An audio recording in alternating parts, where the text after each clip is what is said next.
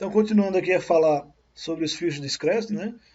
A gente abordou aqui, né, que o filtro digital ele é um sistema que seleciona as características específicas de um determinado sinal. Vimos também três tipos de filtros, né? O filtro do Butterworth, o filtro do tipo 1, Chebyshev, e o tipo 2, Chebyshev, que basicamente mudava pouco algumas equações, mas a ideia é a mesma, né? E, e aí agora a gente vai tratar os filtros FIR, certo? Que são os filtros janelados, que a gente vai usar janelas aqui para representá-los. Então, esses filtros com resposta ao impulso, né, limitada, possuem algumas vantagens na implementação. Primeira coisa é que o filtro é estável, porque assim, quando a gente usa um filtro que tem recursividade, né, do jeito que a gente tinha projetado antes, dependendo do valor, até da discretização também, pode ser que a gente tenha uma forma instável. Então, o filtro FI, como ele só depende da própria entrada, né, e você só vai fazer algumas operações de média, por exemplo, ou algumas outras operações de janelamento, eles vão ser estáveis, né? E aí você tem a garantia de causalidade, linearidade e outras coisas que vão ajudar aí no processo. Mas eles não são tão bons assim em outros aspectos, né? E aí, obviamente, você vai ponderar na hora de fazer o seu projeto de filtro. Então, seja um filtro cuja resposta contém n mais 1 amostras, n é a ordem do filtro. Se o filtro tem a propriedade, né, de H ser igual a H de n menos n, então a gente pode demonstrar que o filtro tem fase linear. É o caso corresponde a n dividido por duas amostras. Então, se ele tiver a fase linear, ele basicamente, nesse caso aqui, você tem um atraso que você sabe de quantas amostras vai ter esse atraso, né? Então, o bom aqui é que você sabe qual vai ser o atraso que você vai ter em relação ao seu sinal, basicamente. Então, entre as desvantagens do filtro, né, é a necessidade de vários coeficientes. Então, você pode precisar de vários coeficientes na sua resposta a impulso para obter a equação do filtro, né? E aí isso pode resultar em sequências longas. Aí eu vou precisar de mais memória e um número maior de operações, mais tempo para a execução da filtragem, coisas desse tipo. Né? Não que necessariamente todo filtro FI você precise usar diretamente a formulação FI, né? Você pode também poder representar de outras formas, por exemplo, com recursividade, por exemplo. Então, a primeira classe de filtro que a gente vai falar é o filtro de média móvel.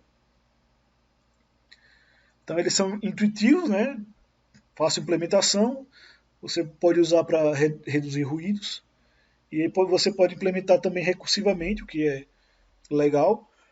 Eles são rápidos e possuem fase linear, que é outra coisa que a gente já tinha colocado. Então, a implementação dele, né? Fita média.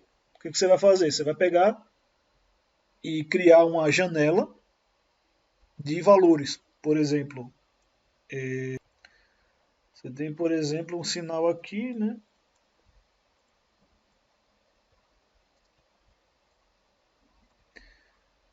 Aí o seu sinal, ele é bem ruidoso assim. Aí, se você pensar assim, eu vou fazer um filtro. O que é um filtro janelar? Eu vou pegar aqui, essa região aqui, vou somar todo mundo, tirar a média aqui. E vou colocar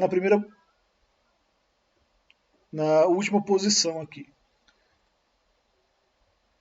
Aí o que vai acontecer? Você vai ter um.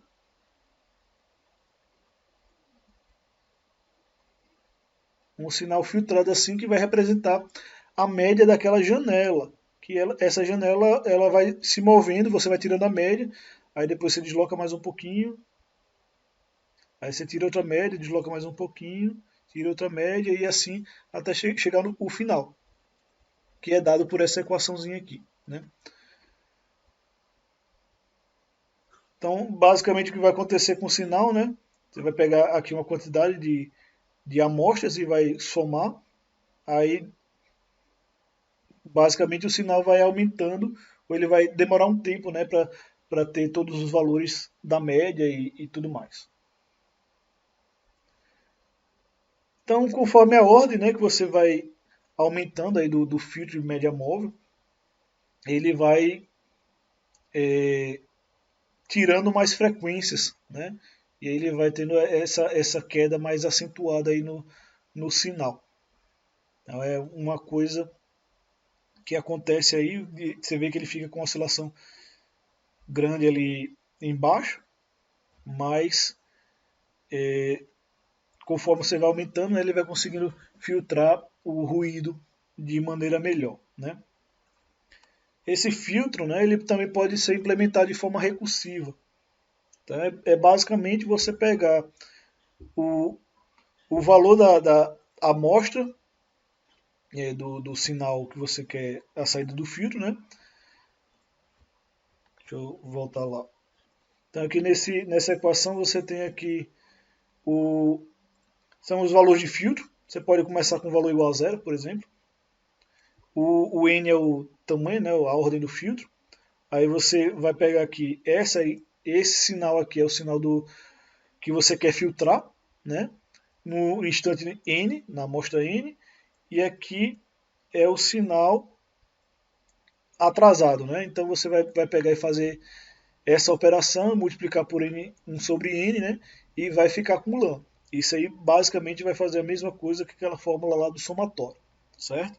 E aí você vai ter os mesmos efeitos, todas aquelas o gráfico, né, da frequência e tudo mais vão ser vão poder ser estendidos aqui para essa implementação, que é na verdade uma forma diferente de fazer a mesma coisa, né? As grandes desvantagens, né, desse filtro é que você tem pouca flexibilidade, você não pode controlar a largura da banda de passagem, então você não tem essa liberdade como os outros filtros que a gente define o valor mínimo e máximo e basicamente usa uma equação para projetar, né? Você também não tem como controlar muito bem a atenuação da banda de rejeição, mas ele é aplicado em diversas aplicações. Você pode usar em diversas aplicações, né? Obviamente não todas as aplicações. Então, quando a banda de rejeição, lá você precisa projetar isso direitinho, ele vai ser um problema, né? Mas ele é simples, ele é rápido de fazer, de implementar também, simples, então bem tranquilo da gente poder aplicar. No domínio do tempo, o que acontece, né, com o sinal é isso aqui.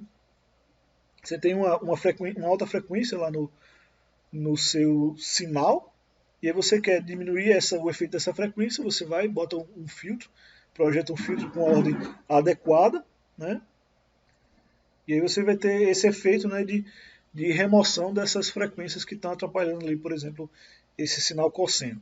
Aí você vê também que tem um atrasozinho, né, porque nessa amostra de cima, por exemplo, o mínimo aqui é no instante 50, e aqui na de baixo fica um pouquinho depois da 50. A mesma coisa acontece para o 150 aqui, na de baixo fica depois de 150. Então tem um atraso, né, no sinal, no domínio do tempo.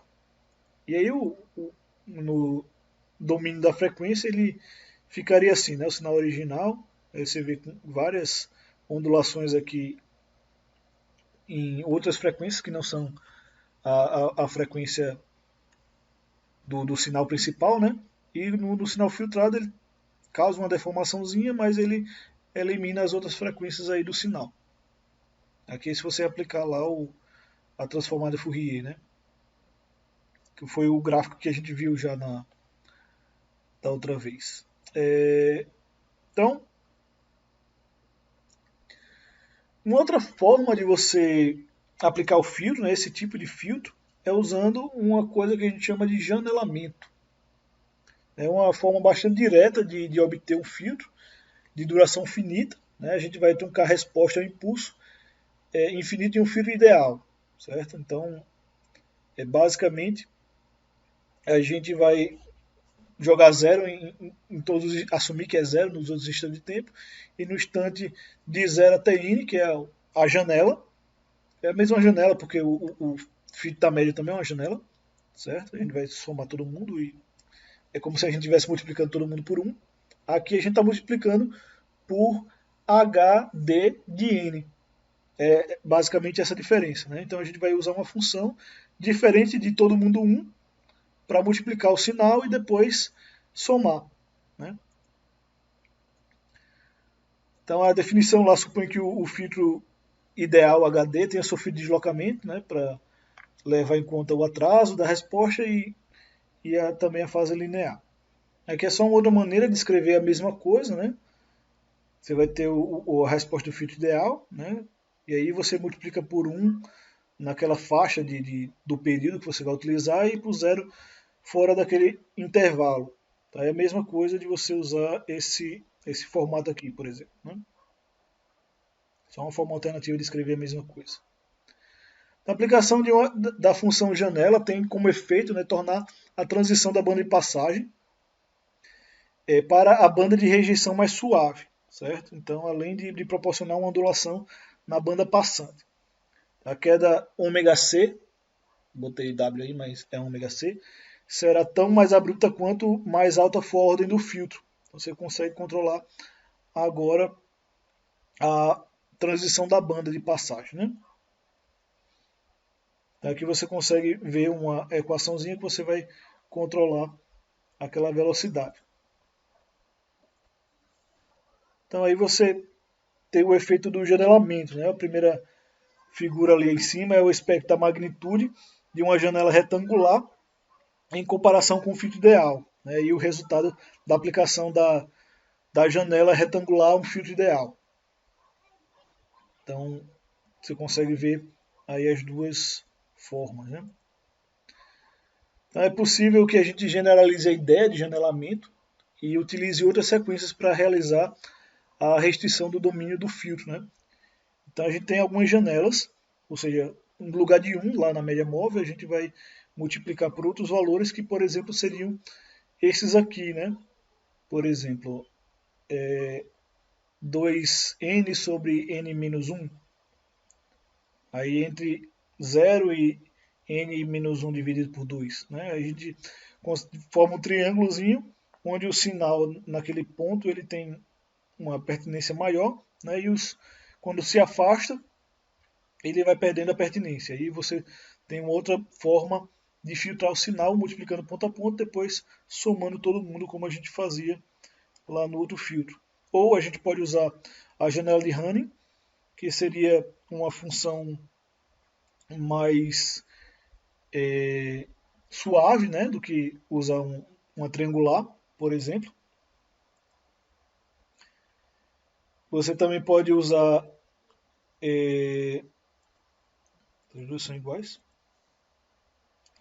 Você pode usar a janela de Blackman.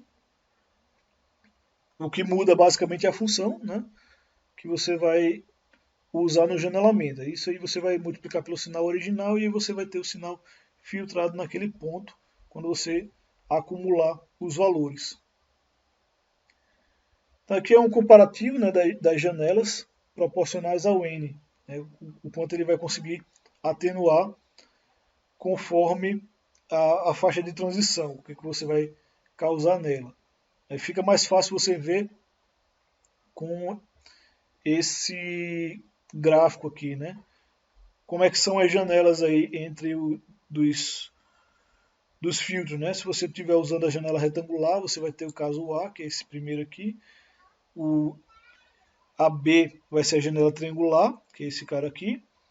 A janela de Hanning seria basicamente janela de Hanning, de Hamming, com M, né? E a de Blackman. Achei que eram iguais, mas não é porque muda só o peso aqui. Um é 0,5 e 0,5 e o outro é 0,54 e 0,46. A única coisa que muda entre a de Honey e Ramin são esses números aí. Você vê que o restante é todo parecido. Então, em relação a filtragem, né, eu vou ficar por aqui, certo? Eu sei que o escopo, né, da disciplina de processamento de sinais pode aumentar e a gente pode falar de outras coisas, mas eu tentei me ater aí o que é mais importante, o principal, certo? Em relação a filtros, em relação a transformada Z, solução de equação de diferença e tudo mais. E aí, por enquanto, a gente encerra por aqui, certo? Então, eu vou. Não sei quando é que eu vou lançar os próximos vídeos sobre processamento de sinais, mas qualquer coisa vocês colocam suas sugestões aí e aí eu planejo uma aula para poder cobrir os assuntos que ficam faltando, certo? Qualquer dúvida, vocês me avisam aí e aí a gente tenta ajudar de alguma maneira, certo? Então, basicamente a gente cobriu aí os filtros, né? O filtro do Chebyshev, do Butterworth, dois tipos do Chebyshev, e falou um pouco de janelamento, que é basicamente a mesma coisa do lado de cima, só que a gente vai multiplica o sinal ponto a ponto, né? Como eu já expliquei no gráficozinho, e soma todo o sinal e vai ter aquele sinal central que vai representar o valor filtrado, né? Então, é isso. Até uma próxima playlist ou uma próxima aula.